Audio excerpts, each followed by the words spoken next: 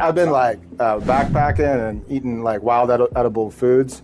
And if you ever said, a part of that might have been scat, that would have ended the meal, right? Well, that seems pretty reasonable. But generally speaking, I'm not a big fan of like the scat stuff, but I love like improvisational jazz. Like in Kansas City, we'd go to it was like the Black Dolphin was one of the jazz clubs.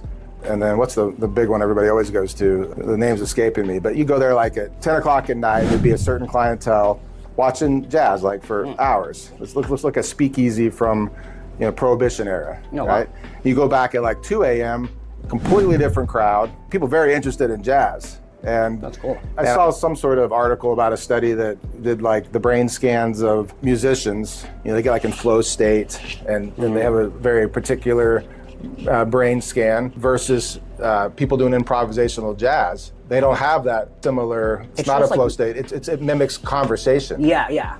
Exactly. It's the part of the brain, because there's the part of the brain that has like the more existential is the wrong word, but basically like music and creativity and stuff like that, and then the part of the brain that reads and that, processes language. And the part of the brain that processes language. Yeah, that's crazy. That's the interesting thing about jury trials in general.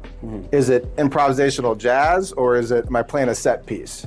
Well, I kind of want it to be a communication process, right? I want to be talking with them in my closing argument. I don't want necessarily to be talking at them. They can't talk back, but they are speaking internally. They're having an internal dialogue. I'll say something, then they'll think of something that they would say in response. I mean, can you imagine being a juror and someone say something different than what you heard in the evidence and you have to sit there and shut the F up? I mean, that's such an awkward system. And you don't even get to ask any questions yourself. And for the most part, I mean, that's something that really kind of blew my mind, just learning about the law and how it works. I mean, besides opening and closing, you're never speaking directly to the jury. You're just asking questions from witnesses or from the accused, and telling the story through that. Because you're talking to the jury during jury selection. Yeah. It's the only time you get to have that give and take.